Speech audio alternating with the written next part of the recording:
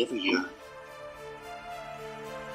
There's a total disconnect now between the ruling group and the masses. I hate psychology.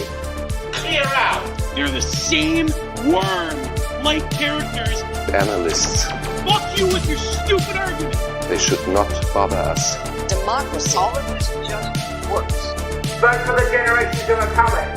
Fully dynamic game engine. A millennial video essayist. Always support strength Constant craving. and identity. I haven't yearned. They are a disease of our time. Clear them out. You're voting for what your grandfather and father fought for. I sit and yearn.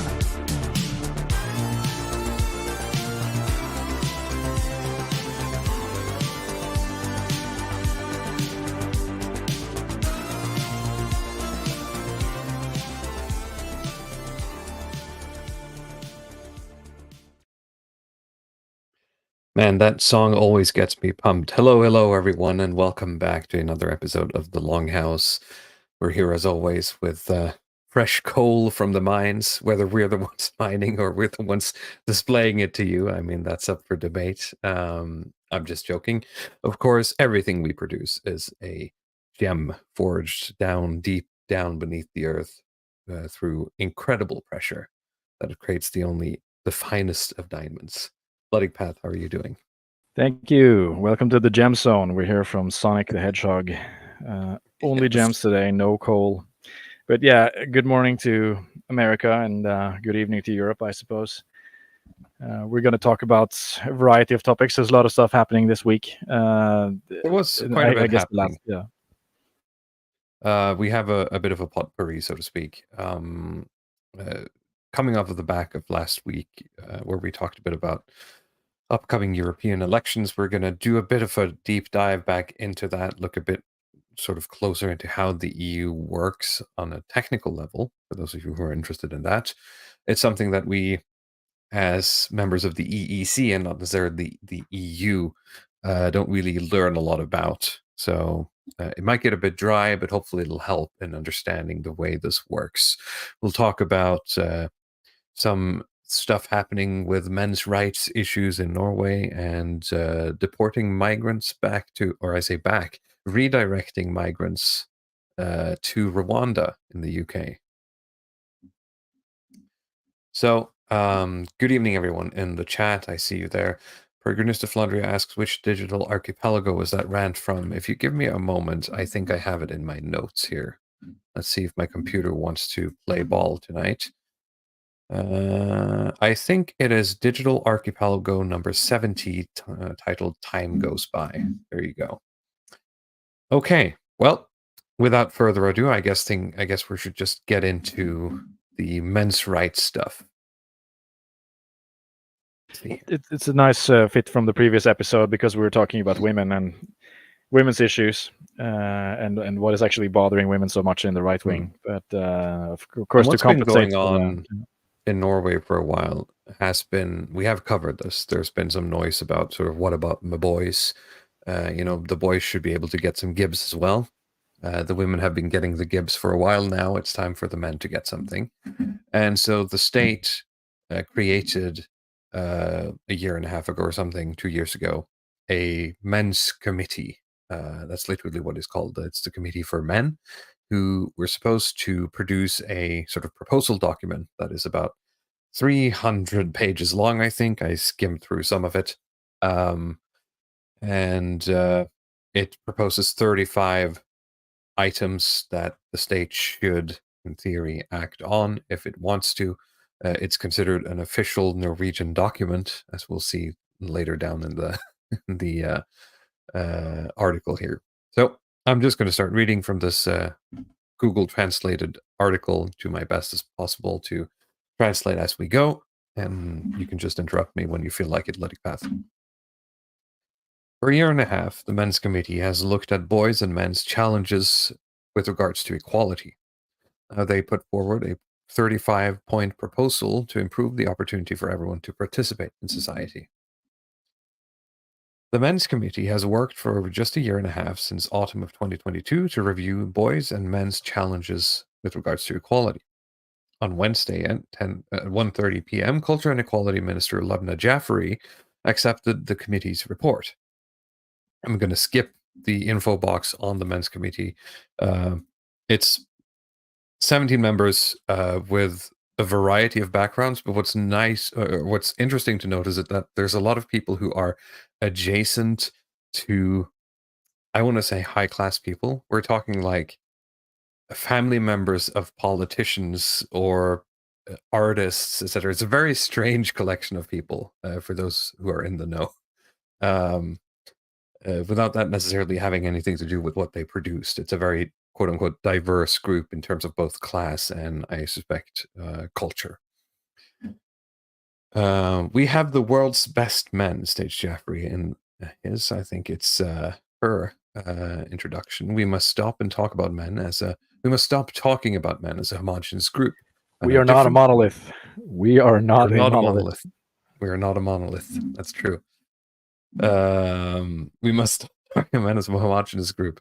Men are different. There are significant differences within the group of men, she continues. In the report, the committee identifies problems for boys and men in today's society. They also come up with proposals for measures how to solve them. In total, the Men's Committee comes up with 35 recommended measures to help boys and men to have equal opportunities to participate in society. So we're going to get rid of the incels, boys. You're out, right? We're going to make you into mainstream.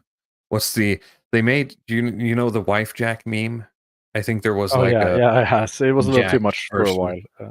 Yeah, but there was like a man version of it at some point. The husband jack. They're going to make you all into husband jacks. The measures they propose are divided into 4 areas of effort. Men as carers, gender differences in education and working life, vulnerability in men's health, and one equality policy for all is what they call it.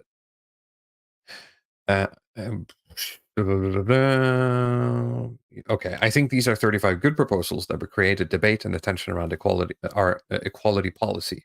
We'll now go through them and we will send them out on a hearing, says the Minister for Equality to state media.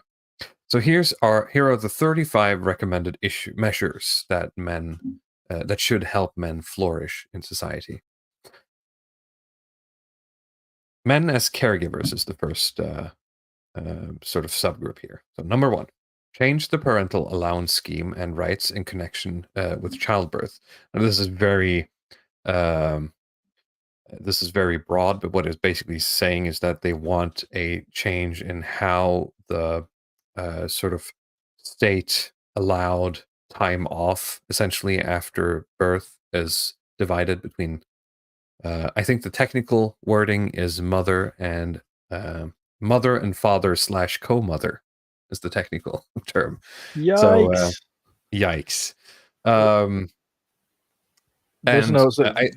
Co-mothers, is that I think that's essentially just for lesbian couples doing IVF or whatever, right? Because the state nowadays don't, like, they call it, because I am going to become a father, I'm reading up on a lot of this stuff to be able to understand what's going to happen in terms of how they're going to take my money or whatever, and so I see this a lot. They write like mother and father / co-mother, right? That's the way they write it. No, polyamory is not allowed in Norway on a state level, so you'll never see state official documents talk about multiple partners. All right, so this is just probably making it more equal without going into the details. Number 2, strengthen the role and rights of new fathers and fellow mothers. There you see fellow mothers, that's the co-mothers thing. Number 3, establish a tripartite. The women made their way into the men's equality list, even here. That's Exactly, pretty good. But only the co-mothers, which I guess only the butch lesbians. This is the butch. It's one for you, girls. Yeah. The butch one gets more rights as well. Yeah. Establish a tripartite cooperation for better work-family balance in male-dominated industries. Again, very broad overarching stuff, but this is very interesting that they want to basically force male-dominated industries to, I guess, work less. Extend the obligation to mediate in the case of breakups and parental conflicts to 6 hours before proceedings can be brought before the courts. Again, this thing here, it goes like from a 10,000 foot view to like a 10-foot view, right? In terms of like detail sometimes. That's very So this is a specific. very this is a very specific law that they want to change, where the man has more time to basically build a case. That's it, right? in divorce proceedings or similar stuff. Number 5, strengthen the court's ability to impose shared residence, which means that it wants more kids to be able to children of divorce to be able to live with their fathers more often than they currently do. Greatness of London says the absolute state of longhouseness. Number 6, adding the competence to move the child domestically to parental responsibility. This is basically strengthening the state apparatus that decides where a child of divorce or for whatever reason should live, and so that I think what they're implying is that it's going to be more fair. I think it often tends to fall on the mother today that the child lives with her. That is the standard MRA complaint, or at least one of them, right? Exactly. That like the women's always get the kid. Yeah. I mean, I don't hear much from the MRA anymore. Do you? It's mostly kind of red pillars now. They're a bit quiet, but I'm not sure if I'm in the right sort of circles online. Maybe that's it. I remember like Paul Elam and these guys. That was like the divorced men's coalition, right? Talking about they wanted shared custody or something. Like that was their main thing. But now it's just like bringing women on streams to call them whores or something. I guess it did stick. I guess that's where the money's at. Yeah. I need to. Krang Sang says I need to update my LinkedIn profile to co-mother. And then again, one very generic thing: introduce economic arrangements that promote equality. Just we're back up equality. at 1,000 feet view. Investigate statutory right to unpaid leave for care work and people outside of the immediate family. I guess hyper specific again. Investigate legal frameworks for children in families with more than 2 carers. So this might actually be, if it's not hinting at polyamory, it is hinting at sort of homes that have kids who have been sort of, I guess, put in like foster homes, things like that.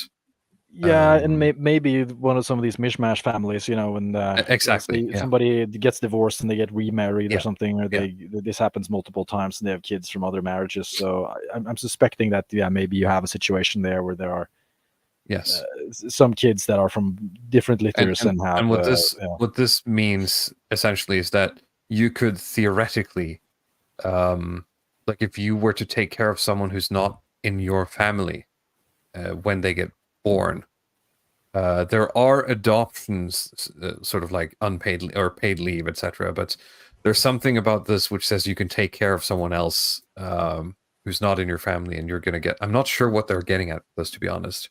Like I don't understand what they're trying to say. All right, now we're on to gender differences in education and working life. Number 10, introduce play-based learning in kindergarten. Number 11, introduce a flexible school start, which means it's flexible when a child can start school. I think this is coming on the back of studies showing that kids born later in the year, especially young boys, tend to start school sort of a year early, basically, because of development, and then they do really bad. So I think that's what they're applying. I was thinking starting hours or something, but that makes more sense. I think it's about when you start school.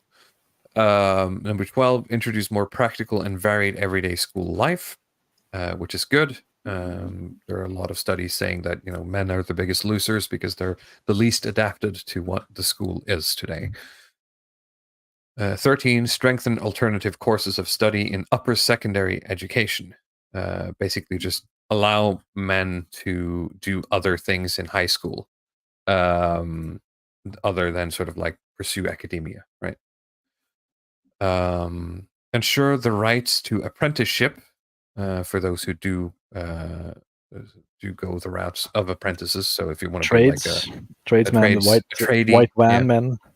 a white van man, you can you do have some sort of state-backed sort of guarantee on apprenticeship, but it's only to a certain extent. So they want to make that even like they're basically pushing blue collar stuff here. Let's see here. Change the point calculation on the diploma from primary school and upper secondary education. What this is actually saying, I think, is that they want to normalize it, but I'm not quite sure what they're getting at, because they're just saying they want to change it. They don't say why. So, yeah. Yeah, I think there's some like bonus points and stuff that goes into that might be gender based. Or maybe it's it has something to do. Is this for university? I mean, if it's for university, then yes, you do get no, because this is this one. They want to change admission rules for higher education, right? That's 18, which is like if you're a man and you want to be a computer programmer, the points you have are the points you have. But if you're a woman, you're going to get a point or two bonus. And if you're a man who wants to become a nurse, you're going to get a point or two bonus. Basically, skip line to get into that program. So, well, I'm not really sure what they're getting at. Maybe it's the same thing essentially. Carry out a national initiative for more young people to choose and complete non-traditional gender education programs in vocational subjects. Now, this is strange. This is a strange translation. They want more young people to do education programs or trades programs that go against the traditional gender norms. That's male nurses. So they want male nurses. They want female bricklayers. They want, I don't know, like male maids or something. I mean, it looks like gender studies. I think if you're an English speaker, yeah, but this is not gender studies. The translation is not like that. Carry out a national initiative for more men to choose and complete health care, social, and educational subjects in higher education. Again, we want male nurses. Because that's what equality means, right? It doesn't mean that we're going to solve anything. We're just going to have more male nurses.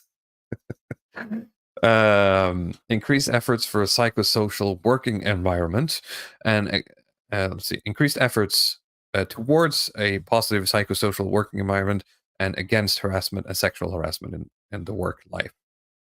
Which, I don't know, is that a big concern for men? Maybe they're big, like, unknowns here. Can I see the translation again? So I'm not even sure I understood no worries. Sentence. Here we go. It's literally that. It's not saying I anything. I have no clue. Is this like male on male sexual I'm not sure. Then maybe. Not sure. Maybe. Okay. Now we're on to exposure and health. Now this is exposure in terms of how men are more exposed to certain things or maybe don't. It's already starting in 20. It's set up a men's health committee. Investigate a national screening program for prostate cancer, which is wild that that's not a thing, considering we have like a lot of screening programs for breast cancer, etc. 22, making health services more accessible to boys and men, whatever that means. Carry out an investment in sexual health. Okay. Increase healthcare personnel's knowledge of men's health challenges in order to make better use of the potential via consultation. So basically, I guess educating sort of local doctors more on men's health. Seems, I think of men's health. I think of the magazine with all the bro science stuff and how you get six packs and 6 weeks. Get a lot more bro science. We need more bro science into the medical profession. I mean, I don't understand. Like doctors don't understand men's health. Is this the problem? I usually think like the men's health stuff is quite straightforward. It's sort of the women's health that's complicated with a lot of this Kate stuff. A lot of J these, yeah. says, "LOL, yeah, good luck with getting women to actually become welders. They love talking big about doing it for girl boss points, but they never go through with it in practice." And that's what's so weird, because we have, and we've talked about this many times, we have a word for this in Norway, because Norway always gets this like, oh, it's the most equal, nation in the world. And we call it the equality paradox, or the equity paradox, which is the statistics telling us that the easier we make it for men and women to choose non-traditional gender roles, and the freer they are to choose, the more traditional gender roles they choose, right? So the more we allow people to just, decide if they want to be engineers, welders, or nurses, the more women become nurses and the more men become engineers. Yeah, it's very one-sided actually in So it's Norway, kind of and strange that they're sort of like wheeling out this thing, which I'm not saying it's been debunked or anything, but it's been something that has been debated in political life for 20 years. it's quite known in the social sciences and the political science. This is a thing, Right. and you probably can't do a whole lot about it. I mean, in other countries, say like you live in some poorer country in the Middle East, for example, that's where you have like women doing nuclear engineering or civil engineering or stuff like that. But typically in like Scandinavian countries, women just go into like medical care-based jobs. And I mean, for men to be doing that, it's a very kind of self-reinforcing mechanism, because even though as a man you might be interested in medical related stuff, I mean, if you're very competitive, right, or you're smart, then you just become a doctor. Like you're probably not going to want to be settled for being a nurse or somebody like that.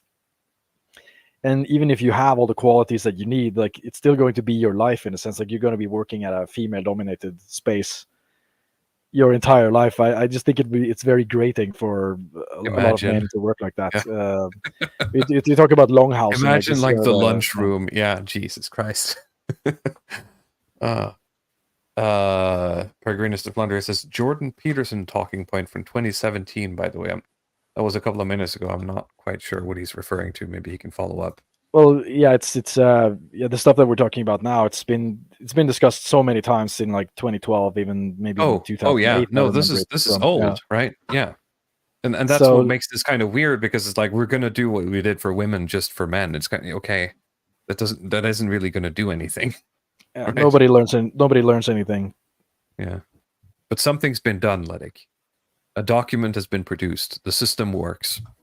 Yeah, it's a committee that is going to recommend making more committees. I mean, that was one of the men's health committee. I mean, especially with the magazine having that name. I mean, it's probably different when you read it in the original language, but it's just so funny because I just think, okay, the men's health committee, it's just a bunch of bros sitting there with like abs, like Jersey Shore guys or something. I would be down for that more than whatever this is going to be. Yeah, no, that's going to be our new project. Get these people yoked, bro. Yeah. What you need, bro? Meat diets for everyone. Yeah. You got to eat the price of eggs. 20 eggs per day, bro. That's the real men's health protocol. You got to drink beer, smoke cigarettes. Yeah, Jesus. Okay. Strengthen efforts to prevent suicide. I guess that's good. Strengthen the offers in mental health care, drug treatment, and prisons. For men, I assume. Establish more meeting places for boys and men. Okay. Gay bars don't count. Yeah, I'm not sure what this is. What does establish more meeting places mean? Are we talking about like, community centers, maybe? More Freemasonry. We got to bring it back. Yeah, I mean, that would be like the cool version of it. Just let local, men start clubs, basically. We need more men's clubs. That would be sure they want cool that version of this. No, they don't want that. I don't. That would actually do something. Yeah. 28, countering social differences in children and young people leisure activities. I don't know what that means. I assume that maybe this is female dominated in some way. Establish leisure club offer in all municipalities. Now, this is not a leisure club that we were just talking about. This is community centers, etc. Right. Provide better help to victims of non-familial violence, this is a strange one. This is basically better help to victims of random violence, is what they're saying, which I assume affects men more than women. Well, yeah. What do you say? Like 80% of violence happens inside the home or something, and this is like this kind of we go back to the women issue. That's been the Twitter trend now, is that women would prefer to be alone in the woods with a bear or something. Isn't that the thing that they're sharing? That they would rather be alone with a bear than a man. So that's what I'm saying. Just let us have the clubs, right? Yeah, that's please. what we're saying. Just let us have the men's clubs. but I do assume. I mean, yeah, I'm not sure actually. I mean, that men would be attacked more outside the family than inside the family, or this affects them more than women. Well, then what's the point of this? Like, if that's not the case, then what's the point of doing this for men? And what is that? I mean, it's like a soldier being shot. Is that non-familiar violence or something? I guess, but yeah, I mean, the army probably already has structures to deal with. We're trying to stop that right? happening already. See here, and no more wars. Nice. Point 30. No more brother wars. That's the that should be point 32. Yeah. Strengthen the help offered to people who practice violence in close relationships. Interesting. So this is strengthening the help offered to the men who beat their wives. So you can beat them even harder, I guess. No. Well, I mean, it's it's like when you say something is for cancer, right? It's actually it's against cancer. All right, let's see here. And then an equality policy for all. I thought this was an equality policy for men, but okay. 32. Introduce a gender-neutral objective provisioning in the Equality and Discrimination Act 33. And in the Equality and Discriminations Act 33. Let's see, introduce more effective instruments in the equality policy. I almost feel like this is like the right. You know how Americans will sometimes like pass 78 laws to get like the one important law through, right? Yeah. And they attach like one rider at the end, which is like, this is the thing we actually want. These two feels like, hey, wait, one of these things is not like the others, or two of these, right? It's this is kind of weird, right? In the men's rights thing, they add on, oh yeah, and we're just gonna make like these two laws, which are incredibly important in terms of like what is considered, hate crime, etc. We're just gonna make that more gender neutral. Just like, okay. Okay, 34, revise statistics pages and indicators for gender equality. So they're going to do something about that. I'm not sure what that means, but I assume they're going to change what good and gender equality means within the state apparatus. That's what they're proposing. The 35, obtain more research and knowledge about men's equality challenges, which apparently they didn't get enough. Like in these 2 years, they didn't have enough time. So 35 is just do more. We need more. Have more knowledge. We need more knowledge. Okay. So that's the whole spiel here, what they want to do. I'm just going to... Well, what's the final verdict then? So the final verdict is they talk a lot about the parental leave stuff, which is obviously something that is very much important to a lot of the parents out there. They talk about how they're not trying to take away from women, obviously. The Christian People's Party does not support doing that, basically saying that you're sort of forcing... Okay, so the way parental leave works in Norway is that you have like, let's say the mother gets like a year parental leave, or like half a year parental leave or something, right?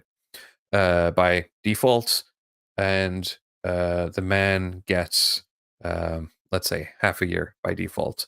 And then you have half a year you can divide amongst yourselves pretty much how you want. Now, what usually happens is, what I plan to do is give everything to my wife because she just had a baby and she would like to be with that baby for as long as possible, obviously, because I'm not a retard. And people don't like that. The equality people don't like that when you give people the freedom, these traditional gender roles become empowered, right? So they want to make this more. Well, they want to literally just split it down the middle and mandate it so that men can't essentially give half their parental leave to the moms. Of course, the Christians don't want that. They want to basically keep it as it is because it means that the traditional gender roles are being upheld. This guy, we talked about him a bit, Simon Velle. We've talked about him quite a bit. He started quote unquote. He kickstarted some of the debates around this a couple of months ago, and he is positive about this. I don't understand why, because they said a whole lot without saying anything. But I guess. Well, I mean, I'll give you my two cents on the whole thing. Like, okay, what are the important things if you look at the men's movements that I've seen online, say in the last like 15 years? Okay, the what do you call it? The joint custody stuff was addressed. Right, that's one of the points that Sure, yeah, sorted that's out. good. The suicide point. Let's be real though. This is just suggestions for the government, right? This is not official law or any sort of hard changes, right? No, but I mean, at least you have to have the right ideas before you can even make the laws, because the stuff that you needed to talk about that was not included here is probably not going to be in a law. That's true. Later. But summing up the just saying, there's some, we're not there yet. Custody stuff was addressed. The suicide stuff is addressed, and then I'm not sure it's addressed. I mean, it's mentioned, but mentioned that you should do a lot of the school stuff was addressed, which I think is good. I guess that was the strongest parts, that you have the schools, the schools, the suicides, and the custody. Otherwise, there was a lot of it that just seemed to either just doesn't mean anything. It's just kind of the standard, almost feministic things, or kind of Longhouse stuff that would probably make it worse. I mean, when it comes to the semen guy, when you talk about like the ability to form families and for men to find partners, there was nothing about that as far as I saw. I don't know how that would be approached, but it wasn't mentioned. Maybe you could crop that under men's mental health, but it was very unspecific about how this was approached. So that's kind of my concern, is that you're not getting anything from that. I mean, the stuff with like, okay, you need men's doctors or men's health. At least it seems to me as a total waste. Like male doctors have been working on men for as long as there's been doctors and men. We understand what men are supposed to be doing and how they're supposed to work, and they really don't need that many doctors. It's really for more trauma-based things. So it just seems like a waste of time, like a lot of that on the list. But yeah, a few good things. So the question is, is this going to turn into any sort of actual legislative proposal in the Storting? And we'll see. Velle, he says here that he believes that the school stuff that is proposed in 11 to 13 is good. Suicide stuff is good. We mentioned that. It's going to make it easy to push those things through. But let's remember, I mean, they don't have to accept all of this. They can just say, okay, we're gonna take 16 and run with that, right? This is just suggestions. After 2 years of deliberation. All right. I think it's time that we go to the redirection of refugees. Yeah, so we're on the topic of just bringing in suggestions, and we're going to look at the EU and some of the stuff that's going on there. But I thought that article would be interesting. We've talked about the UK is no longer a part of the EU, but it still faces a lot of the same challenges since it's in the same general locations and has to deal with the problems that comes with that. Immigration to the UK has been a huge issue with increased immigrations, and what do you do with the boats, basically. So, this is one of the schemes that has been rolled out to try to fix this problem. It's not something that I've heard talked about a lot in our spaces, really, but it's really the idea of offshoring refugees. Mm-hmm. That, what is the concept in general? Typically, I mean, whether you are in the EU or not, if you're in the EU, you have like a certain quota of refugees that they expect you to take, whether you do that or not. Well, it does depend on the country, but the UK as well, it's still receiving refugees. People are coming in on boats. Some people, because they are genuinely I mean, do trying they to flee. technically count as refugees by the time they reach the sort of the other side of the English Channel? Do you think legally, Because, or yeah, do you mean legally, definitionally? because they must have passed through Europe and all that, right? I think the technical definition for refugee has been passed, but maybe someone in chat can Well, correct me I on thought that. that as you're a refugee, as long as it's a sort of type classification of immigrants, that if you're fleeing from, say, like a war situation or some kind of Well, it depends on disaster. what you're fleeing from and how far you're Yeah. fleeing, and yeah, I think because this was a big thing in 2015, where a lot of the quote unquote refugees that then showed up in Europe couldn't be classified as refugees either because they came from areas that weren't sort of at war, in the sense that I guess whatever the EU or the UN sort of classified it, or they had passed through so many other countries to get to Germany that they technically couldn't be considered, like Germany technically didn't have any reason to accept them. Now, of course, they did, right? But there's something there. Let's see here. Yeah. Reactionary reading law. This is actually good to have him in the chat because he knows his stuff. Under UK law, you're a refugee until you have a citizenship or another legal title to a safe country. What is safe country? It's not defined in the act. Oh, okay. So it's just anyone who shows up on your borders is considered a refugee. I guess. Yeah, That's and not very cool. the problem with this is that you have, there's I mean, you can send them back, but it's that can be difficult as well because, I mean, you're not, I think, under international law, you're not allowed to send people back to war-torn countries if they arrive. But the question, like you said, a lot of these people who come here are sort of just economic migrants who are just taking a calculated risk because they want to live better in some other place. And of course, there's only so much you can sustainably take.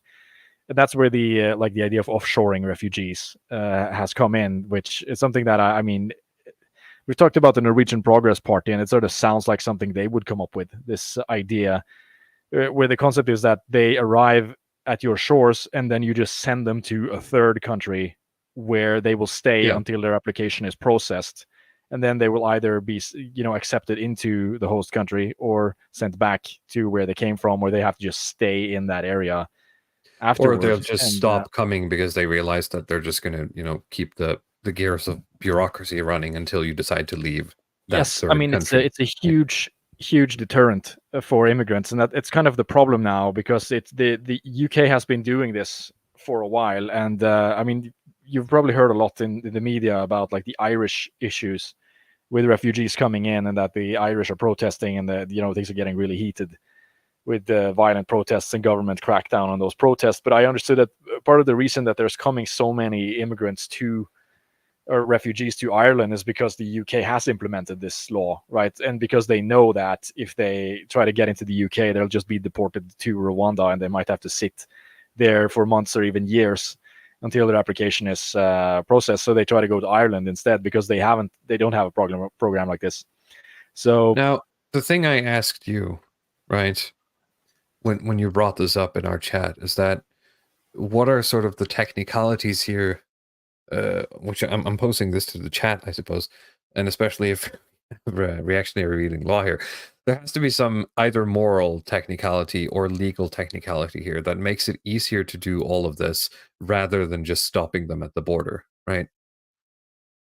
Well, I mean, political you can't, capital and money. Well, if you stop them and they're just there, I mean, you have to then remove them, right? So there's a lot of legal stuff. Back. You can't just shoot them at the border. No, right? I understand you can't shoot them, but you don't have to accept them, do you? Well, I think if they're there, I guess if you classify right? everyone as refugees, you have to accept everyone. That's true. Well, yeah, because you don't know until they come. They might actually have a legitimate. You're going to have to change that law if you're going to get anything done, UK. He says, what is the dangerous countries what is dangerous is determined nationally, so the UK could just pass a law saying it's the Prime Minister's discretion as to what makes a country safe. So the UK could, in theory, just say, well, everyone who's from here and here, or everyone who's passed through, any country in Europe cannot count as a refugee, and then they don't have to accept them. But yeah, I mean, I think the pressure is, legally, but there's also a type of, I don't know what you call it, the peer pressure, or a sort of pressure to maintain a certain. We don't want to be racist, name, right? We talked about what will Macron think? Soft power angle, right? Yeah. If you want to be a part of the club, of course, you can't, they won't accept that you go full Israel or that you go full Viktor Orban on them. Typically, I think it's frowned upon, especially in industrial countries, Western Europe in particular, that you handle things in this way. So they've sort of created this legal loophole. The problem with this also is that it's not always legal in regards to international law how this is done, and this has actually created a problem for in terms of the cost efficiency of sending it to another country to have them processed. So that's what this article is about. Well, yeah, maybe you should just read the article and we could discuss a little bit more. Sure. As we go along. I'll start at the top. Civil servants mount court challenge over new law. The Union for Senior Civil Servants is launching an unprecedented legal challenge to the minister's Rwanda plan. Why is the Union for Senior Civil Servants launching this? That's a very strange department to be doing this. The FDA, which I assume is not the Federal Drug Association, it's got to be something else, said it was intervening because it feared the scheme to send some asylum seekers to Rwanda could force officials to break the law. Okay, that's why. Because they have to break the law. That's why the Union for Senior Civil Servants is doing it. Okay. Under a new law, ministers can ignore the European Court of Human Rights and direct officials to organize flights. The union wants the High Court to rule on whether that element would put civil servants in a difficult legal position. The FDA fears civil servants could be stuck between judges and ministers, and that a direction to breach international law would put them in conflict with the Civil Service Code. The government said advice from Darren Tierney. Why? I'm just trying to think here. I guess as long as the UK wants to be a part of the European Court of Human Rights, this would be a problem, right? Because they're basically allowing some other body to determine what a civil servant can and can't do, ultimately. Yes. Okay. The government said, that's kind of weird to put yourself in that position, but I mean, hey, I'm in the EEC, so... The government said that advice from Darren Tierney, its head of property and ethics, says the code would not be breached. Okay. In a letter published on the government's website, Mr. Tierney wrote, quote, in implementing this decision, civil servants would be operating in accordance with the Civil Service Code, including the obligation not to frustrate the implementation of policies once decisions are taken. They would be operating in compliance with the law, which is the law enacted by Parliament under which the minister specifically recognized and confirmed discretion would be exercised. Yeah, but then again, if the European Court just says nuh-uh, then they have to listen to the European Court, right? Yeah, I think so. So it doesn't matter what you do locally then at all. Okay, whatever. The Rwanda plan is the key part of Prime Minister Rishi Sunak's pledge to stop migrants from crossing the English Channel in dangerous dinghies. The safety of Rwanda legislation overrules last November's Supreme Court decision, which said that the country was not a safe place to send genuine refugees because they could be turned from there to their home countries and subjected to torture and abuse. It also limits what kind of legal challenges they can present to the courts and, crucially, says ministers could choose to ignore a temporary order from the European Court of Human Rights to halt flights while a case is still being considered. I mean, so they are passing laws saying that, you know what, fuck the European Court.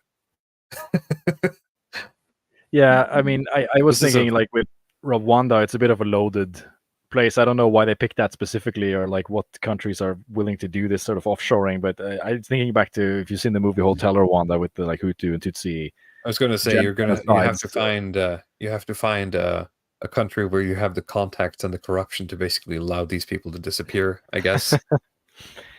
Yeah, I mean, it's. I would just, based on my gut feeling, it's probably not the safest country to be in. But yeah, okay, that's another thing. Let's say, like, what can the European Court of Human Rights do?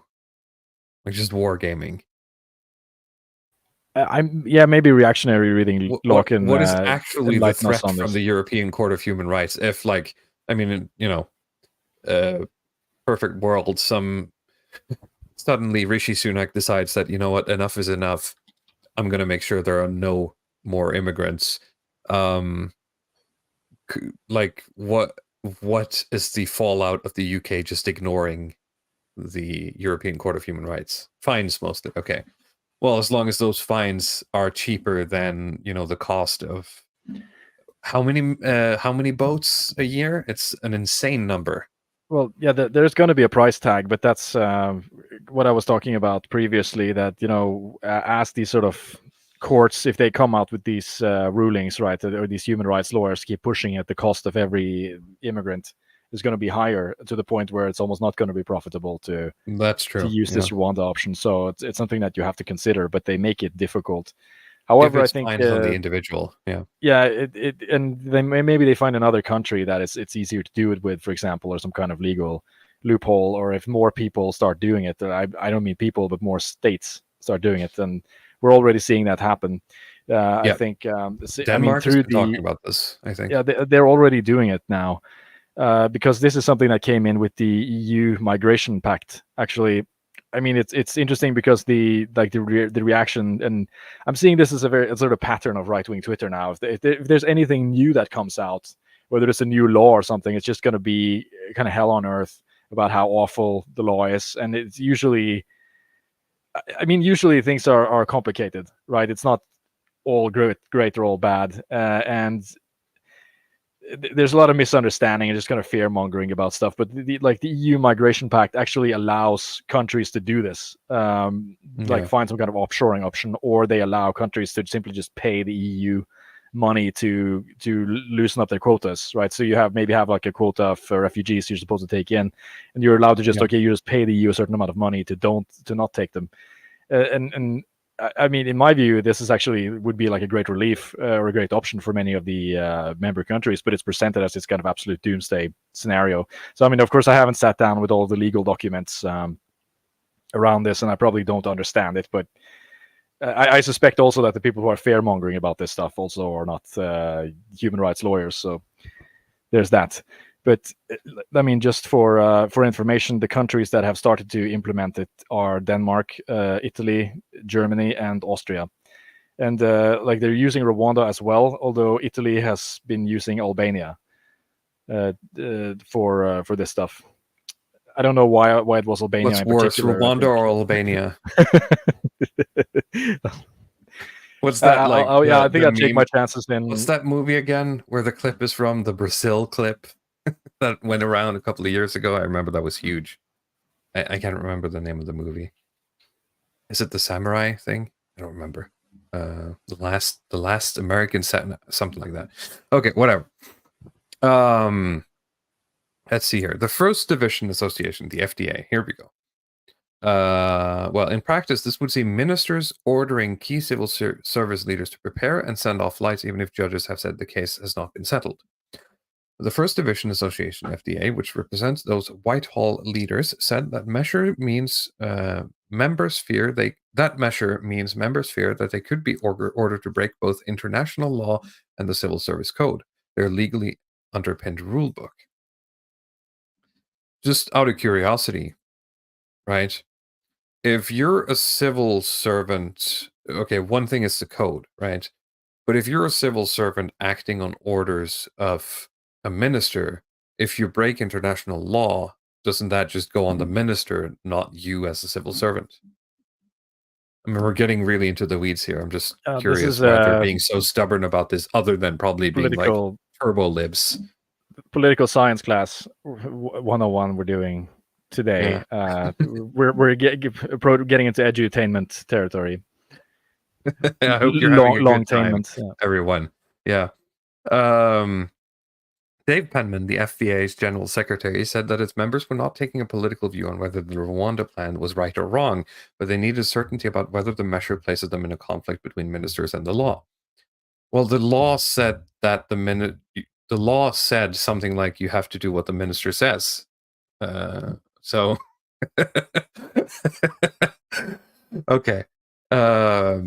This measure is not an accident or down to poor drafting, he said. It's a political choice from the government, nay, not for the good of the country, but to avoid upsetting either of the warring factions within its own party. It is also irresponsible. Civil servants know that they have to support the government of the day and implement policy regardless of their political beliefs. They also know they have a legal obligation to adhere to the Civil Service Code. So, I've been watching some Yes Minister.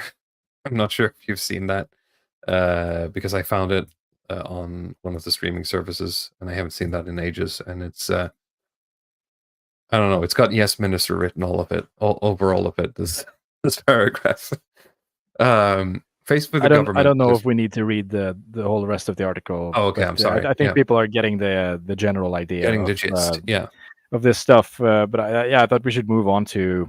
Hang on. You had a video as well. You sent me. Do we want to see that? No, I don't. There wasn't. Yeah. No, it's not. Okay. This is just a video. It's just immigrants being removed. Yeah. But yeah, it's happening. It's actually happening, guys. There's like a black woman crying or something that I saw. Yeah, where are you now? Nothing ever happens, bros. Okay. But yeah, I mean, on the EU topic, the EU elections is this month actually, which is something I didn't know about until recently, because you had the article on last stream. Maybe you could bring it up again quickly. I will bring it up in a moment. About sort of the change of the guard in the EU. Which, I mean, it's something that just to sort of understand the stuff that was going on in that article, because it has references to a lot of things that are going on, and I thought it would be simple enough to look into, but the EU is actually quite complicated. Like American politics is like pro wrestling, but this stuff is like, spreadsheets. In comparison, it's very spreadsheets. Yeah, it's very this kind of very dry and boring. So I mean, it's weird because they have a lot of influence. And they do influence the countries that are in the EU quite a bit. But as we talked about before the stream, there's more turnout for local elections in the EU countries than there are for the EU elections in the EU countries, even though the EU itself sort of overrules a lot of the stuff that's happening in the local level. But it's complicated, hard to understand. So I mean, just as a sort of quick bureaucratic. Yeah, as a sort of quick. Maybe we could just do like a speed read of this, right? Sure, I'll do like a quick recap of this. So we read this last week. I'm just gonna zoom in here for a bit, and it's about the far right and right wing populists that are sort of rising in the polls, looking to do a really good election this June, but they are also quite divided between sort of the mainstream conservatives and the sort of more quote unquote far right, and these sort of groups within.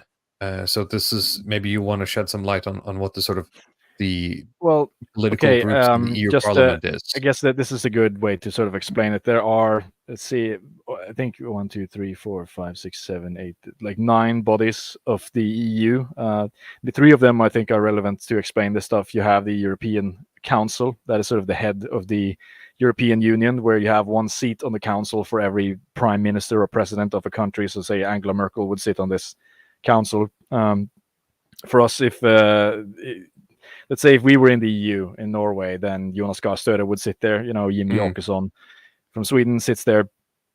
And if we passed a law that said that we could have like 5 prime ministers, then we would have 5 seats. Yeah, I don't think it counts. You get 1 seat, 1 seat for 1 country, and they will sit there and basically discuss things and then provide guidance to the European Commission, right? Which is another body that is about, I think, maybe 33 technocrats. That's the best way to describe it. And when people talk about the EU bureaucracy and the EU's undemocratic nature, this is what they mean. which is really the commission is really responsible for drafting laws, drafting legislation, and it just consists that like every EU country selects a single. Yes, we have to bring up the spreadsheets for this one. So the council has over 30 members, and every member is like the minister of agriculture, the expert on transport, the expert on family, and the expert on farming. So commerce or this type of so many like special niche areas, and every country gets to pick one minister. And I'm not exactly sure what's the process of like how they pick the minister or who gets to choose what field. But this is the sort of confusing part because, from the perspective of legislating laws, you only get to choose one of them, right? And that might be an area that's completely irrelevant to anything else that you're doing.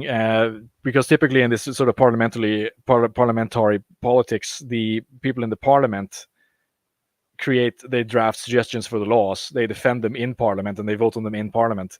So it's more of a contained system as to who you voted for. But in the EU, it's much more kind of technocratic and then passed on to the parliament to vote for. So it's very confusing as to who actually holds power or how that power is represented in terms of popular sentiment among people. Quite undemocratic, I guess, is the critique. Well, yeah, of course, this is with some caveats as to like the term undemocratic, because it's quite confusing when people talk about democracy and say people in our circles who are like, well, democracy is cringe or whatever. Then, well, sure, I wasn't necessarily saying it because I wanted to be a direct democracy or anything. I just said that that's usually the criticism, that it's so far between a vote and actually implementing a policy. Yeah, no, I agree in that sense. It's I would just describe it as technocratic. I mean, there are European people in here, and they create a technocratic system. Yeah, they've just created a superstructure on top, and there's some election, I guess, at some point, which doesn't seem to really do anything. Yeah, so the laws and the implementation of those laws get drafted into these commissions, and then they get passed on to the parliament. And the parliament is the thing that you're actually voting for, right? And they will roughly represent like every member's country that has, a coalition, or they have politicians that are at least in, let's say, like they're in parliament or in Congress in those local countries, and they can also be voted into the European Parliament as well. So there are about 702 seats in the European Parliament from all of these EU countries, and they sit there and they vote on the laws. So if you go to the sheet that's called the European Parliament seats, sure, you can see here, this is how they are divided, and the rules are as such: every country gets a minimum of 6 seats, and the rest of the seats are then distributed based on the population of that country. So like if you scroll to the bottom here, you have like the teeny tiny pot countries, that Malta and Luxembourg, like these tax havens. Tax haven islands have like 6. They should probably have just based on population size even less, but that's like the minimum representation that you get. And on top you have like the big hitters, like Germany, for example. And that's why people talk about, Germany, the EU is basically Germany. Like that's the sort of thing that I was going to say. Looking at the numbers here, Germany and France just kind of outvotes everyone else pretty much. Yeah, exactly. So Italy is pretty big as well. I didn't know they had that kind of population size, but yeah, that's fair. Yeah. Yeah, those are the biggest countries, but I'm not really sure. I don't know how the UK would look it's very densely populated, but if it would rank in sort of the top, or maybe that's one of the reasons they felt like they were looked over perhaps in this. They're essentially always system. Sort of having to cooperate with either Germany or France if they ever wanted to, or Italy for that matter, if they ever wanted to get something through, probably. Right? Yep. Very true. And here's the balance. This is how it sits, and this will loosely represent the politics here. And then you have a nice little graph underneath as to the composition of this parliament as sorted by political categories, whereas like the darker reds are sort of the more left-wing parties. You go from that to social democracy, Green Party, Christian Democrats, all the way into kind of like the nationalists or the liberal conservative Eurosceptics.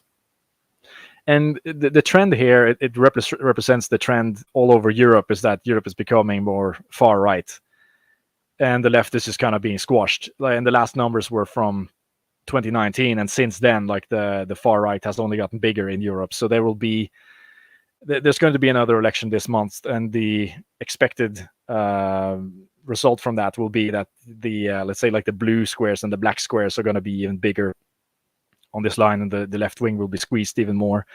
And then they're also then expecting that downstream from that there will be different legislation passed through the EU, which is, I mean, for us, we would think that that's a positive thing, which is hopefully that there will be a scaling back or a reduction in, say, like climate stuff, for example. I think that's one of the main pain points for a lot of people in EU members, continental Europe, at least. Yeah. I mean, they're talking about that now in Norway, even though we're just an ECC member, that we have to sort of implement, because we're always very good boys about implementing the EU policy suggestions, that within, I think, the year 2050 or something, every house should have like an energy rating of A or B, meaning that you actually have to provide isolation, which could cost between, let's say, there's expecting between, let's say, an average of 500,000 to 1 million Norwegian kroners. Which is also bullshit, by the way, because a lot of those A and B ratings also mean you have to get an HVAC system because you make your house too airtight. So I don't like that. There's a whole host of complications that comes from that. Sorry. Yeah, exactly. So yeah, I don't think anybody is very happy with that stuff, especially considering that our energy is relatively cheap. I mean, we have a lot of these water reserves and other ways to get cheap energy. So the idea that, you're not going to save a lot economically from isolating the house, even though you're able to reduce it. Relatively speaking, compared to like Italy, I mean, our houses do much better in the cold, right? They preserve heat a lot better because of the culture and where we live, right? We've built houses that way for a long time. Yeah, generally, and people, I think, in Norway I think they're quite fed up with a lot of this stuff, especially if it digs into their pockets. They're quite happy to be idealistic, but now I think people are feeling on top of it. It's the whole thing of the EEC, meaning that we have to do it and we have no say in it, right? Yes, and we don't even implying that we would have a say if we were a part of the EU, though, right? Well, yeah, I mean, you could add in, maybe you could push one tiny pinky finger on the scale or something in these things, but likely with some of our politicians, they would just vote for this thing anyway, right? So, Peregrinus of Flandria says local and European election for Belgium next month for €2. Thank you so much. Cool. Well, are you voting sooner? Oh, if he's voting? No, it is this month. Yeah. Let's see. So yeah, hopefully, that could mean less of the climate stuff and more of, I guess, okay, what do people need right now in the EU? The stuff that we've been talking about is that there seems to be a mood right now in Europe generally to try to loosen the connection to the United States. At least that's what I've been reading. I mean, if what I hear is basically that as well that he did recently. Of course, the French have been doing that for a long time, but the French has been sort of drumming to the beat of like we need an EU army or something, right? Yes, exactly, and the Germans have been very dominant in the EU for a long time, but it seems like now they're becoming a little bit more passive and they're a bit more concerned about what they're going to do. They're not willing to take a very hard line on Russia, as you've seen with the sort of the sanctioning. They've been hesitant on, let's say, like sanctioning and seizing Russian assets, as opposed to many other European countries. And you're seeing that they're becoming very hesitant, whereas France with Macron is actually a lot more hawkish and they're more proactive with this. So they seem to want more of like this kind of EU, European supremacist type model for how to move this forward, and that's one of the developments of moving more into geopolitics and geopolitical alliances instead of just being an economic alliance as the EU was thought out in the beginning. So it's a bit more all-purpose, and hopefully then with the kind they're of also opening up it seems. I mean, of course, going back to France, who are they're leading some sort of like going back to the green stuff. They're opening more up politically for driving through a lot of the sort of green policy by doing nuclear power, which is an interesting road to take. It's like we're going to do all the things to reach 2050, but we're going to do it by using nuclear power. And basically, it's not cheating. It's just, if you wanted efficient power, you should have done that 50 years ago, right? I don't hate it, to be honest. Yeah, I don't. no, I don't hate it either. It's a smart way of doing it, and I'm sure a lot of people listening to this would say that, yeah, you should have done that 50 years ago, right?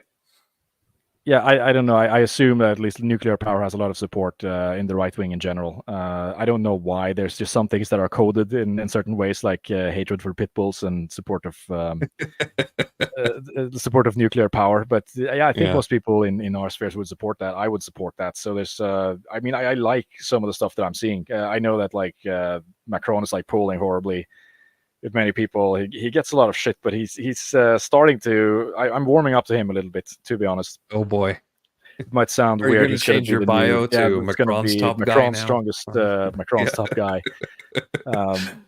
But of course, there's a question now with these new coalitions, because like just like you have with local European parliaments, they'll form various coalitions in government, and they have the same thing in the European Parliament here. So maybe you could read the "Who Are They" section where they explain a little bit about them. A record number of Europeans say that they will vote according to surveys. Many will show dissatisfaction with their own governments.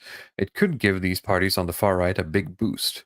The right-wing populists and the far right belong to two different political groups within the EU Parliament. Identity and democracy. On the far right, where, for example, Marine Le Pen's party National Gathering, I'm not sure what that's in French, Geert Wilders' Party for Freedom, Alternative for Deutschland, and the Italian La Liga are members. The nationalist and the conservative European conservatives and reformists, of which Italy's Brothers, the Polish Law and Justice Party, and the Spanish Vox are members. Together, they could capture 30% of the seats, up from 25% today, from estimates from the German think tank European Council on Foreign Relations. Parties belonging to these groups can become the largest in 9 of the 27 member states. Here's the map we showed last week, with a big increase in France and Germany, with a decrease in Poland. In some cases, the views of ECR and ID overlap. They both want stricter immigration policies, control over their borders, and they want to fight Islamist terror. At the same time, they're negative about parts of the EU's environmental and climate policy, and the project will, for example, which will help the Union reach net zero emissions of greenhouse gases by 2050. Which is something that Norway is doing its best to reach. Like that's been something that's. I mean, I know it's fun to play diplomacy and show that we're like the best in class, but I feel like we're overachieving a lot with the things. Like we're not even doing it, right? But we're like talking so much about reaching the 2050 goal. When like Germany's like, no, we have to reopen the coal mines because we're retards, and basically just destroying any contribution we could ever have made. Yeah, right? we said there would be no coal, but there will be coal. I promise you. There, the Germans are getting cold.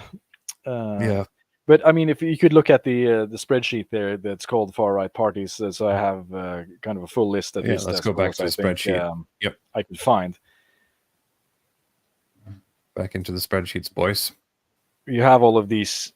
So here we have party name, country, party leader, stands on Israel, stands on Ukraine, and stands on NATO.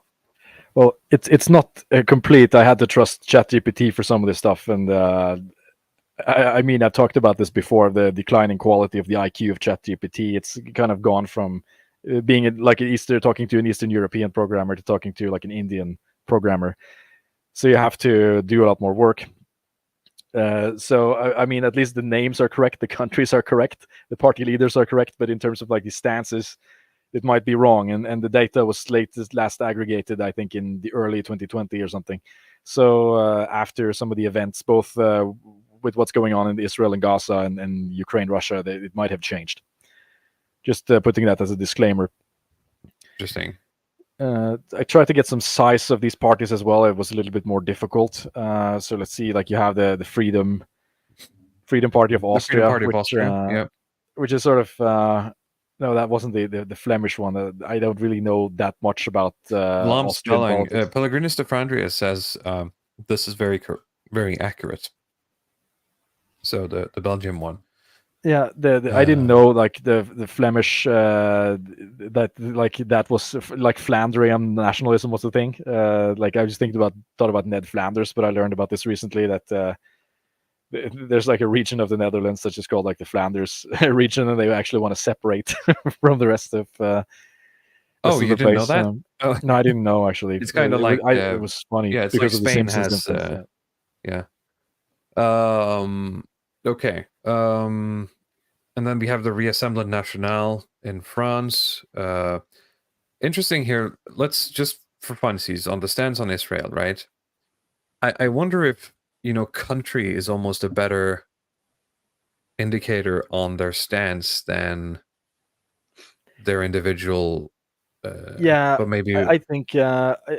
We look at Austria. Okay, what's the Austrian stance on Israel? I would suspect they are critical, just based on not enough Jews living there, and just kind of they're very fond of this kind of human rights stuff. So these are going to be the factors working for and against. That's what I look for when I think about, okay, what's their stance on Israel going to be? How many Jews, like let's say per capita or as a percent, lives in that country? And the more north you get, the more critical of Israel you become. Yeah, and how deep are they into this kind of like humanitarian stuff? And if like very few Jews and very like high on the humanitarian value, and you could also say like the amount of Muslim immigration as well. So the more Muslim, the less Israel support. More human rights, less Israel support, and more Jews, more Israel support. So Austria, I guess, relatively low. Belgium, I haven't looked at like the Jewish populations of all of these, but it's very easy to find if you Google. Of course. Of course, then you have the problem like with these far right parties that if all of the mainstream parties are anti-Israel, then like the just based on contrarianism, then some of these far right parties are pro-Israel. We talked about this with Norway as well. That almost all of the parties that are outside of the parliament that are like hardcore right-wing parties in Norway are pro-Israel. Incredibly pro-Israel as well. It's very bizarre. Since on Ukraine, it's a lot of pro-Russia, which is to be expected, honestly. But of course, this is like in 2022 data, right? So okay. I think a lot of this has changed. Let's see with France. I mean, Le Pen is sort of national rally.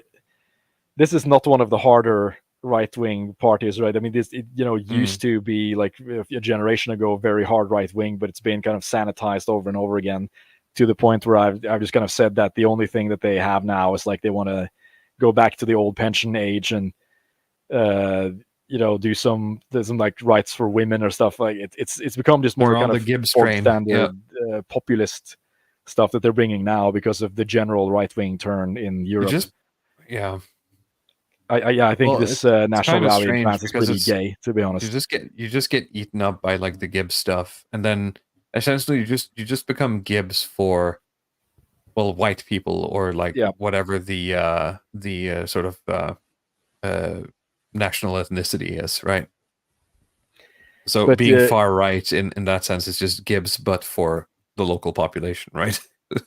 I do have the impression that like the Jewish population in France is sort of slightly higher. Probably. So, but this says they're Israeli skeptic. They try to have a sanitized image. Let's see, but they have also been, I guess, more Russia friendly. That's what's trotted out in the article as well. That they've still sort of used Putin in their campaign posters and these things like up until very recently. Let's see. Pellegrinus de Flanders says Geert Wilders is literally the top guy for Israel. That isn't accurate. Well, it might be that some people in his party have said stuff that No, caught your the party is attention? just him, so it's probably not Okay. not accurate at all. This is like the ChatGPT that just sucks. Actually, Is it just him? Are you serious? yeah, I mean he has some people under him, but I think that his party Yeah, but that's what I'm is saying. actually it's just like a one man show, and Oh, yeah, really? it's right as the Flandria says, he is Israel's top guy. He's more of the counter jihad train, but he's like extremely counter jihad. You're right. They have like yeah. 50 members or something. Yeah. It's basically everything that's needed to run the party, it seems, and like fill the seats that he does get. No, wait. No, it's just one guy. It's him. Yeah, Yeah. it's no one else. So they might have to just find other Wait, guys that support him. Yeah, but that's yeah. what's confusing me, because it's one guy and he has like 37 seats in the House of Representatives. How does he make? Yeah, How does he we square did that take a look at it, round but hole? it's I don't remember exactly how they solved that Okay. problem. I thought it was just a tiny party, but I guess it's Yeah. literally just him. That is pretty So- based, yes. Let's see, in Germany, Alternative for Deutschland, I mean they seem to have like very hardcore, factions inside of that party. They were in trouble recently with the sort of remigration stuff. They'd had quote unquote secret meetings, and that people had talked about banning them. So Is this Germany? yeah, we're in Germany now. Okay, yeah. Yeah, Yeah, if I you remember that. move the cursor back a little bit, secret you can see meetings that yeah. happened and didn't happen. Yeah. If you put the cursor back a little bit, so you can see the names of the Yeah. parties, because I can't see it.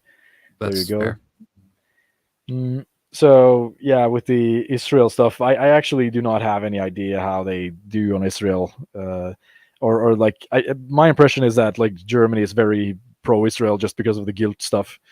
Probably. Yeah. The Jewish population is probably Some high other there. things that we can't talk about because we are currently on probation on this channel. Yeah. Okay. For explicitly expressing our love for the nation of Israel. We support Israel, of course. Just course, if you're yeah. listening, and Any moderators listening did take us wildly out of context when Letting Path was fiercely defending you from a straw man. So yeah, there's certain words that I realize that they don't like. Like they just got flagged immediately. It was governments. Yeah. The acronym for governments occupied by a certain ethno-religious group, starting with the they don't letter like C. that. They don't like that Yeah. word. You should not use that word. But yes, as Fubar says, Germany is a bit schizo on the topic, and that's correct. Yeah, because they're probably very much into this kind of human rights and rules and this kind of stuff. So they're sitting and tearing their hair out looking at what's going on in Israel, and yet they have to because of the guilt stuff and a lot of the laws and the denazification and everything. They kind of just have to support it. So I don't expect AFD to be like hardcore anti-Israel. In terms of like the Ukraine stuff, I mean they're generally Eurosceptic. They've been. I think they have a lot of connections to Russia. Actually, I mean this is very explicit. I think a lot of people have they have like direct lines to Putin. They've received money from Putin, so they're that's the sort of thing that they're good on. I think they're good on getting get immigrants out of Germany. But like what's perplexed me a little bit about Alternative for Germany is that they're Eurosceptic. When they're saying that they had power, they would be the country with the most power in the EU, and you could then sort of actually compel like the rest of Europe to do stuff that you wanted to do, and like you're in that position as like, no, I'd rather not. I'd rather like not expand scale down. EU power. Yeah, it's I don't know if there's some reason for that, but intuitively it strikes me as weird if you're German that you'd want to scale it back. I think if you're thinking in terms of Germany, the EU as an economic union, then of course it's Germany with its industry has to drag all these lazy like Greek Mediterranean shit countries out of the mud every time they overspend or something, and they don't want that anymore. Yeah. So I understand you don't want freeloaders, but if you imagine that the EU becomes more of a like the EU army, the kind of geopolitical union, and Germany gets to sit at the head of that, I think that would be more attractive. But it's just how I think about that.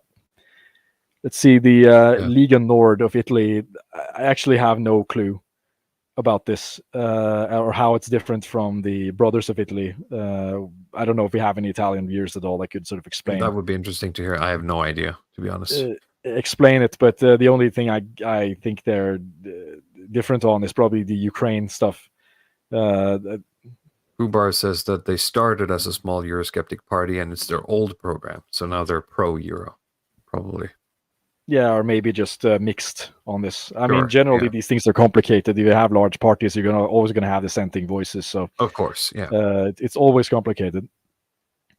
But yeah, with the differences in the Liga Nord, and I couldn't find much on it. I think if you go back to the article, it says that one of them is in the what do you call it? The identity. If you find the article again, I think that's where you have the names of these factions. They call themselves Identity and Democracy is the far right, and the Nationalist, Conservative European Conservatives and Reformist is the other one. So yeah, I think these two Italian parties are split between those two. And the differences I chalk up to, it's either Euroscepticism or like where they stand on like the Ukraine, Russia stuff. Sure, yeah. Italians can correct me if I'm wrong. But they do have, because I've seen articles about Salvini and Marine Le Pen, etc., and Giorgia Meloni as well, and there's some overlap here. Like they sometimes appear at things, rallies or something, or maybe I'm getting that wrong. Sorry. No, it might be correct that they would be affiliated with these kind of super groups or whatever. Yeah. That would coordinate in the European Parliament. Poland is also a very big country in the EU. Poland's sort of known for being just right wing in general. The Law and Justice Party is not the biggest party there anymore. So now it's Donald Tusk with the more of that EU integrationalist policies, but they think they still have a very high kind of like a lot of right wing sentiment coming from Poland. They're not even willing to comply with a lot of the immigration stuff. So that's interesting. Very anti-Russian generally, as you see with like the countries. Usually the proxy for that is like how close you were to Russia, and if you were invaded by Russia. That makes sense. During World War II or something, if you lived under Russian occupation, they're generally fiercely anti-Russian. Spain, the Vox Party, Spanish politics. I have no clue, honestly, what that means to be right wing in Spain. Very removed from like the Southern European sphere in general. Yeah, I have to admit. I think there's less of a taboo there on just these general, say like if you call yourself a fascist or something or a Nazi, there's like you can sort of do that. History, I get the impression there's history. There's political history attached to it that makes it more sanitized, right? Yeah, I think so. Or let's say like with Franco or somebody like that you could just say straight out that I'm just like right wing and pro-fascist or something, and you're not going to get thrown out. I mean, you might start a fight, but that's it. I think in terms of Euroscepticism, it's a big country. They probably have some kind of separatist ideas. I imagine they're like pro-Russia. They don't want to participate in the war against Russia, more have them as a trading partner. So the Sweden Democrats, who got I think they were the party with the most votes in the last election, but they're still sort of closed out of the coalition. But that doesn't stop them from getting seats in the EU Parliament. No. So I don't know like the stance they have on Israel. I don't know if Leo is in the chat now. I mean, it says they're critical of Israel, but I wasn't able to confirm it. I think that sort of it says like they have a varied opinion of Russia, but I get the impression that they've been very pro-Ukraine, like since 2022. Let's see anything else. Gert Wilders we covered, and like the Finns party, which of course is a very small. I mean, we're talking like micro size. Yeah, this is quite tiny. At this point, this is like one or two seats or something, but it's it's probably not that interesting. Leo Borrellis says that they're kind of meh on Israel. I think So, that's fair if you're European, honestly. I think the meh on Israel is sort of the right thing. That's how I feel. I'm just kind of I think they can keep a lot of Yeah. seats and votes, I suppose, if they just are meh on Israel. Because, as you said, there are some right wingers out there who are really pro-Israel for some reason. Some sort of strange inversion.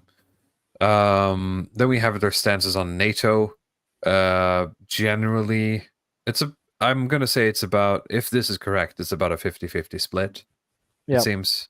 But again, this is 2022, early 2022 data, so it might have changed. Yeah. All right, nice. So do we want to go more into? Oh, it's almost time to end the stream. I think we're coming up on time now. But is there anything else you want to say about the stuff before we? Well, I mean, there's a lot of angles we could take here, but there's nothing that's sort of urgent for me to talk about. We could come back to this topic. I think this is nice to have as a baseline for maybe further discussion in coming episodes. Yeah, after the results come in, we can see if anything actually comes of this, and follow the stuff up. If anything actually happens. All right. Well, thank you everyone for watching. Thank you everyone for listening. Who is our guy? Asks Fubar201. I think nobody in the European. There are no our guys and there are no base. Okay, our guy. I want two words considered. Yeah. Someone mentioned earlier, and I forgot to mention it when we talked about it. With this sort of huge superstructure of bureaucracy that, for some reason as well, I forgot to mention, moves like once a month or something. They move between like Brussels and, is it Nuremberg? I forget. They move like half of the EU apparatus like once a month, like geographically moves it, which costs an insane amount of money. There's some old sort of legalese about, neutrality and stuff. Strasbourg, is it? Yeah, thank you. But this creates like a nexus of like NGOs and lobbying, right? So whatever the technocrats at the EU are doing, I mean, you're even further in that sense removed from the people who they're actually ruling over. So it's hard to say that anyone here is sort of quote unquote our guy or in any way for local decision making, right? Well, I mean, you need to just get rid of two words. I want to get rid of the word based. First of all, I honestly don't want to hear when I hear the word based now. I just think gay. It's just kind of the same thing. I think if somebody describes something to me as like you have to see this thing that's based, I immediately think that I'm not going to like it. I don't know if you feel the same way, but I become very wary of the stuff that's going on. I haven't really used the word based outside of sort of like just the meme of yelling out based when someone says something cool, right? Online. I don't think I've ever used the word based in real life. Well, it's been more for fun, right? This is sort of super so I wouldn't slang, miss it. Yeah, I wouldn't miss it. Word, but it's the kind of like I this do agree. idea. I understand what you're saying, especially considering what you've talked about earlier with like, the quote unquote mainstream online dissident right now is just, would you call it the brownification? I mean, the brownification. I don't know who tweeted this, right? But he said that there's basically going to be a split in the right wing between the MAGA communism and liberal racism. That's going to be one of the two factions, and who our guy is. It depends on where you fall on that one. And like, sure, there are people who. I mean, for me, it's like every day I feel like we're getting closer to that. Where at this point, really it's just be for yourself, I guess, and see where the chips fall. Yeah, I mean, you're never going to get our guys. You're never going to get what you want, right? I mean, in 2008 or something, I thought like Nigel Farage was our guy or Trump. You're just going to get disappointed. You have to just understand what they stand for and how they can help you get where you want. It's I mean, of course, there's a lot of things to talk about, but Islamoduganism. Yeah, you've been tweeting a lot about that as well. We're gonna, we're gonna empower the Africans and Well, I mean, that's the Yeah. MAGA communist branch. Like, I mean, Tucker Carlson is by default MAGA communist. That's kind of my view on it. The way a lot of the American dissident right are just MAGA communists. They if you're sort of if you look at Jackson Hinkle and you think that you sort of agree with this guy, or like you're kind of on board with his stuff, then you're basically a MAGA communist. In my view, it's like the one side of the spectrum is Jackson Hinkle, and the other side it's Richard Spencer. Those are the two political views that you have now, and the two kind of splits that I think make sense. Where we are currently. What's the John Lennon song? Yoko and me. It's just Ludwig and me. Right. Yeah, That's it. There's no gods, no masters, or whatever. Yeah. All right. Thank you everyone for listening and watching. I'm going to post in the chat now. I'm going to post a link to an upcoming stream from Radical Liberation about sanctions. Going to be some good economics as usual with Black Horse. So please check out that. It starts in about half an hour. Tell them that the Longhouse sent you. We're going to be back next week, where the plan says that we will have Nomad back to talk about Japan, I think.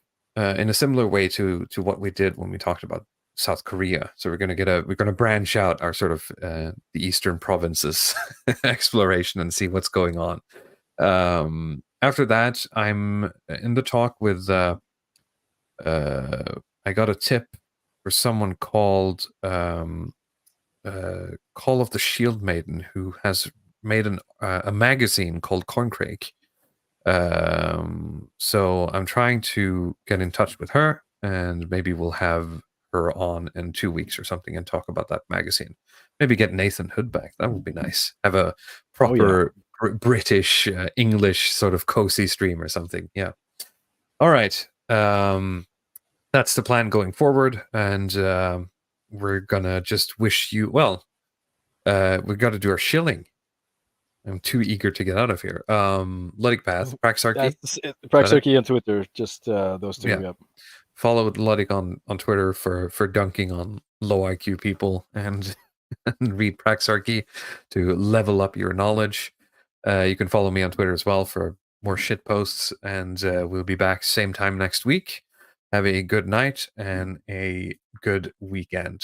Bye-bye.